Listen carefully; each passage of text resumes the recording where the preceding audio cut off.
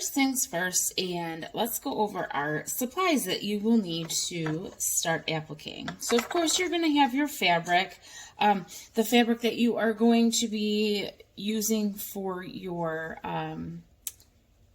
picture or your letter or whatever you're appliquing on, and your base fabric. So I'm just using some scraps to show this to you guys. Now you're also going to need your fabric scissors. You can use chalk, you can use a Crayola washable marker, whatever you whatever's easiest for you in tracing your design onto your fabric. You may want some pins, or you can use fabric glue, or even Elmer's glue will work, because this is not what's holding it down at the end of the day. So even if you have Elmer's glue and it washes out, that's fine, because it's just going to be a temporary fix for us while we're holding our appliques down. And next you're going to need your pieces. So we're going to be doing, I get asked a lot about can you applique names onto things? And yes, of course, you can applique anything onto pretty much anything. So I already have these pre-cut out letters from when I used to do a lot of personalized blankets. So I'm going to be showing you a letter today just from that, and how we are going to trace and complete putting an applique onto our scrap fabric samples today. For today's demonstration, I am going to be using the letter R. And if you would like to, you can trace it on the front.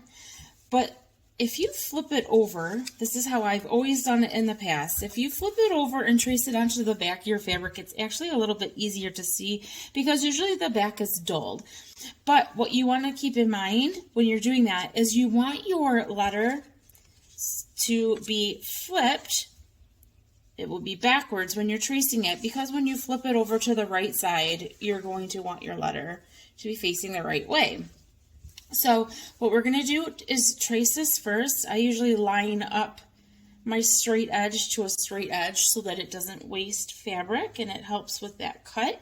You can use a Crayola marker. I'm going to be using red. It blends in a little bit, but not too much. And again, this is going to wash away. So as long as I can see it, just holding down my cardboard cutout, as long as I can see it for cutting, it's fine. So I'm just going to trace all the way around my R, my backwards letter R. And hopefully you guys can see it on the camera when I take this stencil off. So probably not so great, but you can see I can see it on there enough to be able to trace it, or to cut it, I'm sorry. So I'm going to go ahead and do just that. Go ahead and grab your fabric scissors for this.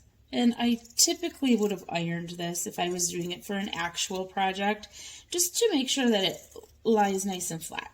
But for this demo, I think it's going to be okay. I'm not going to worry about the perfectionist part of it, because it's not something I'm selling. Again, it's just for a demo. Set that aside. Be cutting just along my very light red Crayola marker lines there. And don't forget to cut out the center if you have a center. Just fold it and kind of snip over to the edge from the middle.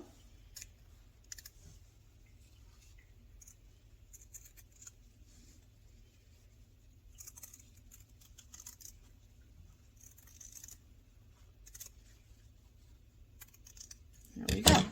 So now our R is facing the right direction. Next up, what you're going to want to do is grab the piece of fabric that you want to actually applique it on. I'm using these very bold, this is not something I'd normally put together, but just so that you can see it easily on camera, I'm using these scrap prints together. So what we're going to do now is lay it out. Now, if you have a lot of letters that you're going to be putting down, always lay them out and get them lined up the way you want them before you start sewing, because it's easier to place them before than have to take out the stitches later. Now, there's two ways you can do this now. I'm making sure all my wrinkles and it's laying completely flat.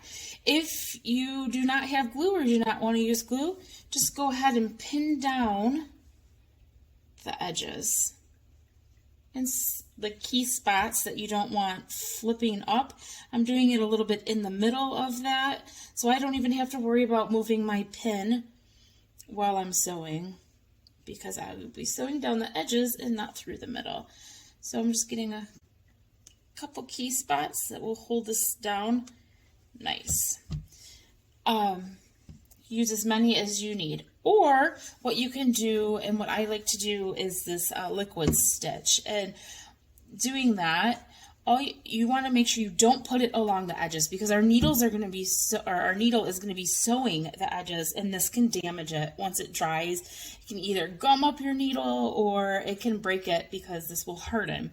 So what you want to do is make sure you get it in the middle around where we were pinning, so that it's not, and you just need little dots here and there to hold it throughout the middle. So that's another way of doing it. For today, we will pin it, because I do think more beginners will have these pins on hand versus the liquid stitch for now, until you build up your supply. This is definitely something worth getting and putting in your sewing supplies, though, if you don't already have a liquid stitch. So let's take this over to the sewing machine and play around with our stitching now. You're going to want to change out your thread to a color. If you're new to this and you don't really have faith in your stitching yet, or if you're just practicing, you probably want to choose a thread that's going to blend in a little bit more, a color that is blending in. For today, though, I am using a thread that's going to stand out. Having a contrasting thread is kind of fun, because it does add a pop of color. Mine does not match today, because I'm just using colors that will show up good on the camera. So first, you'll thread your machine with the color that you want. Next, what you're going to want to do is find your zigzag stitch. So all machines are going to be a little bit different here.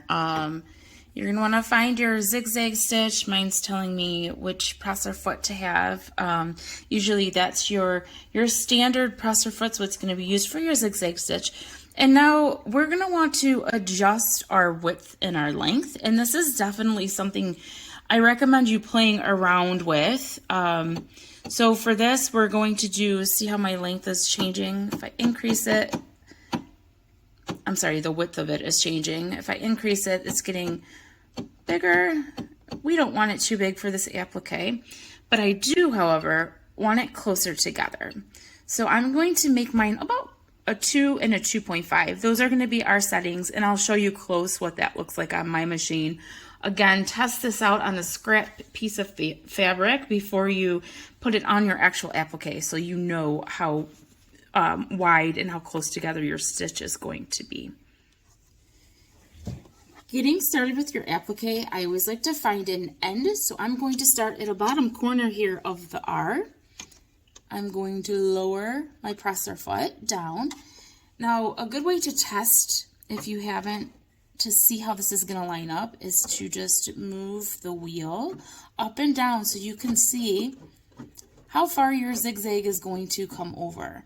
I don't love the way mine's lined up right now, so I'm going to shift it a little bit. And I like that much better. So I'll go ahead and put that down. Now back stitch if you have to, but not too much, because we're going to be crossing over and sealing that stitch in when we come all the way around through the other side. Now that we have it set up, let's start sewing.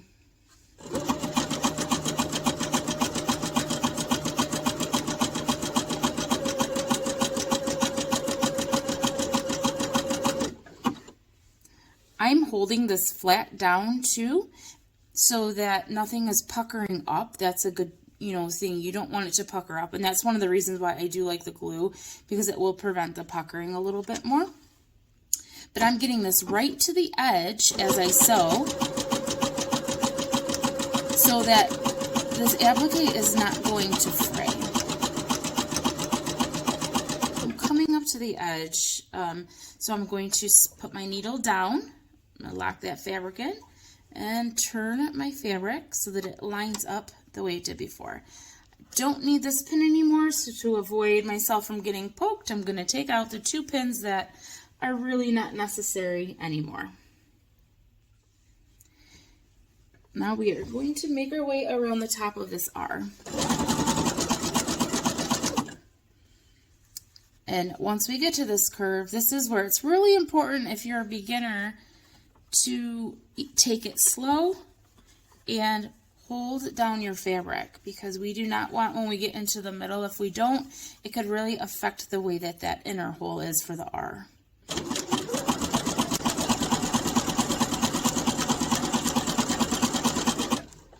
This pin might get in the way. I'm going to pull that out.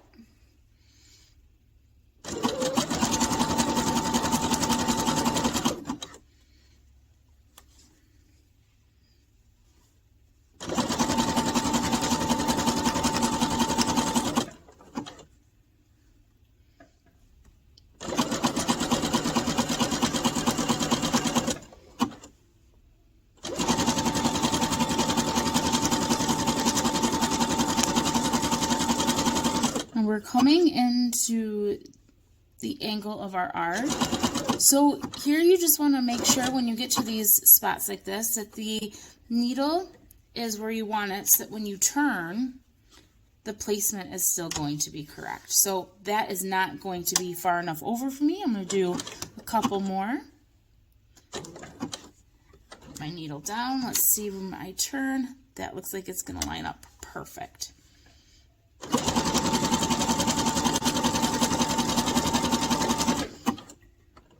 Again, to the end, I'm going to put my needle down, turn my fabric, and I am now pin free.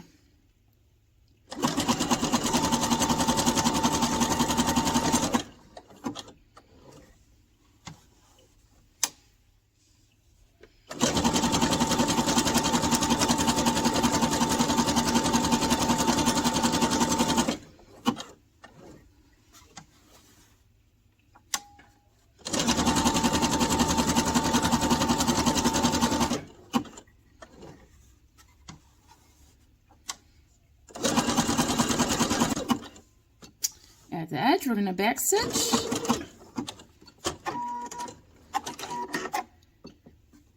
And I'm going to pull this up to show you a little bit closer how this is looking. So there's spots on this you can see where it does, I left this kind of flapped up a little bit. So there's two options here. Number one, you can take a small pair of scissors, embroidery scissors, or just a small pair of scissors, and you can cut that so that it's nice and close to the stitch here. Or you can leave it and it will fray just a little bit, and it gives it a really cool vintage feel. Once it's washed a couple times, it'll start to fray up, and it has a, I don't know, a cool vintage feel. I kind of like doing that sometimes. So, but when we're doing these letters and other things, don't forget to do the inside. And we're going to do the same thing, sewing the inside, but it's going the opposite direction. So I'm going to make sure that it's lined up properly to match the other side. And I think I have it good. So we'll go ahead and start sewing the inside of the R.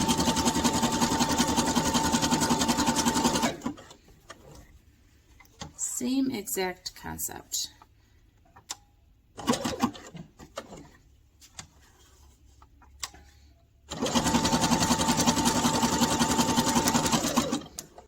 It's a little bit of a tighter turn, so the trick here on these turns is just to take your time and guide your fabric. Don't pull, don't twist too much. It won't have the same even feel, but just guide your fabric slowly, and it will turn and lay correctly.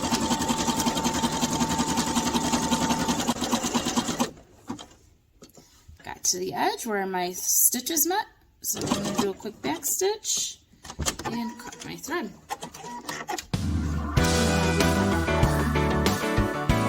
Scraps.